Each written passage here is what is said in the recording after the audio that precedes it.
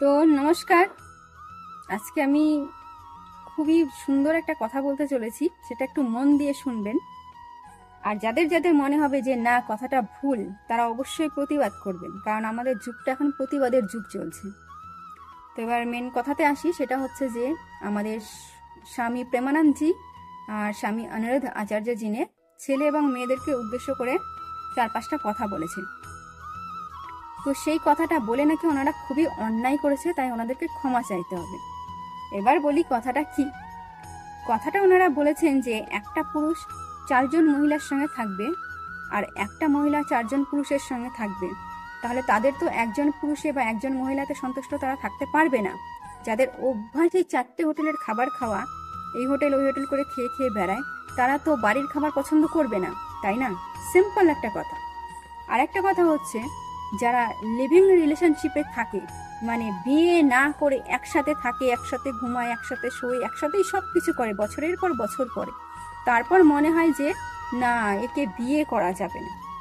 তো তারপর কি করে, তাকে ছেড়ে দিয়ে আরেকজনের কাছে ট্রাই করতে যায়। যেহেতু তার স্বভাব হচ্ছে, তাকে আগে জানতে হবে যে ছেলেটা কেমন, তারপরে সে বিয়ে করবে। তো সে আবার ওকে ছেড়ে দিয়ে আরেকজনের কাছে যাবে।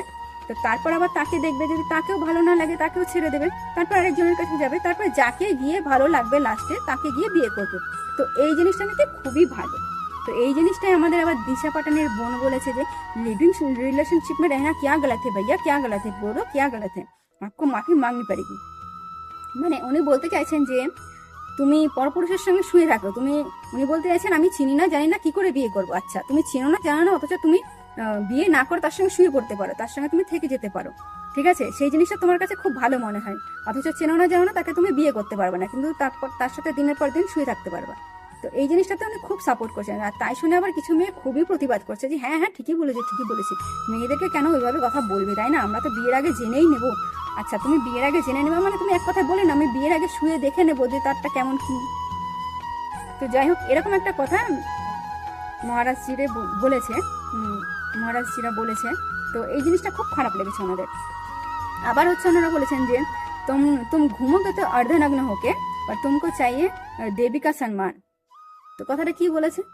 আমাদের এখন কোনো ড্রেসিং সেন্স আছে? স্কুলে যায় সব দেখা যায়, একটা শ্রাদ্ধ বাড়িতে যায় সব দেখা যায়, একটা মানে কি বলবো, একটা ধরো কারো স্বাদের অনুষ্ঠানে গেল বা কারো জন্মদিনে গেল একটা নর্মাল ড্রেস পরলো, ঠিক আছে, ওয়ান পিস পরে গেল, ঠিক আছে, নর্মাল একটা ভালো ড্রেস পরলো, হ্যাঁ আমি মডার্ন টাইপের ড্রেস পরলাম, ঠিক আছে। তার মানে এই না যে তুমি শ্রাদ্ধ বাড়িতে বিয়ের সাজে যাবে, আবার বিয়ে বাড়িতে তুমি পার্টি ড্রেসে পরে চলে যাবে, বিয়ে বাড়িতে তুমি যাবে শ্রাদ্ধ বাড়ির ড্রেস পরে, সাদা কাপড় পরে, সেই জিনিসটা তো মানাবে না, তাই না? তোমার ড্রেসিং সেন্স তো থাকা দরকার। স্কুল কলেজে যাচ্ছ ব্রা প্যান্ট পরে চলে যাচ্ছে দোল মারতে মারতে। আর ছেলে মেয়ের মারা বিশাল সাপোর্ট করে, কিছু কিছু মেয়ের মা আছে বিশাল সাপোর্ট করে, আমার মেয়ে করবে, আমার মেয়ে পড়বে, আমার টাকা আছে আমি পড়াবো, আমার টাকা আছে, আমার মেয়েকে আমাকে ন্যাংটা হয়ে ঘুরে বেড়াবো, এরকম করে কিছু মেয়ের মা বাবা। তো সব থেকে ওইসব বাবা মাগুলোকে জুতো দিয়ে পেটানো দরকার। আর এই মহারাজ মহারাজদের বিরুদ্ধে যারা প্রতিবাদ করছো, তাদেরকে যার যদি চোখের সামনে পড়ে অবশ্যই তাদেরকে জুতো পেটা করা দরকার, ছাটা দিয়ে পেটানো দরকার। যে ওনারা কথাটা ঠিকই বলেছেন, তুমি থাকবা বেশ্যাদের মতন, তোমাকে বেশ্যাই বলবে, তাই না? আমরা ছোট্ট থেকে শুনে আসছি, যারা বেশ্যা তাদেরকে বেশ্যা বলে, যারা সতী তাদেরকে সতী বলে। যেমন বেশ্যাদের খাতাতে কিছু নাম আছে যে হ্যাঁ হ্যাঁ এরা বেশ্য ছিল, এরা নর্তকী ছিল, এরা সতী ছিল, এরা দেবী ছিল।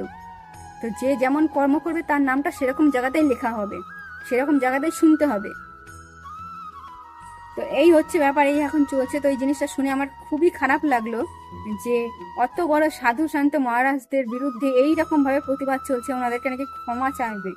প্রচুর মিডিয়া চ্যানেলে দেখছি যে মানে কি বসেছে, সভা টাইপের বসেছে, যেখানে বলা হচ্ছে কেন বলবি এরকম কথা, কেন বলবে মেয়েদেরকে উদ্দেশ্য করে, কেন এরকম কথা বলবে?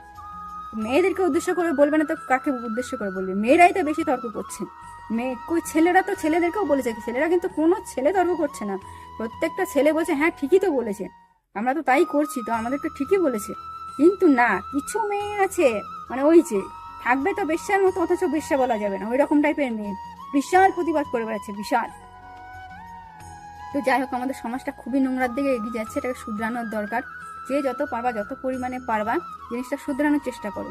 যেমন আমি যদি নিজে খারাপ, আমি নিজেকে শুধরানোর চেষ্টা করব, তেমন প্রত্যেকটা মানুষ যারা খারাপ করে ফেলেছো, ভুলে হোক, নিজের অজান্তে হোক বা জেনে বুঝেই হোক করে ফেলেছো, এখনো প্রচুর সময় আছে শুধরে যাও। নোংরামিগুলো বন্ধ করো। ওয়েস্টার্ন কালচার যেগুলো আছে সেগুলোও যখন ওয়েস্টার্ন দেশে যাবে তখন করবে। এটা আমাদের ভারতীয় সংস্কৃতি, ভারতীয় সভ্যতা। সুতরাং আমাদেরটা আমাদের মতন করেই চালাও।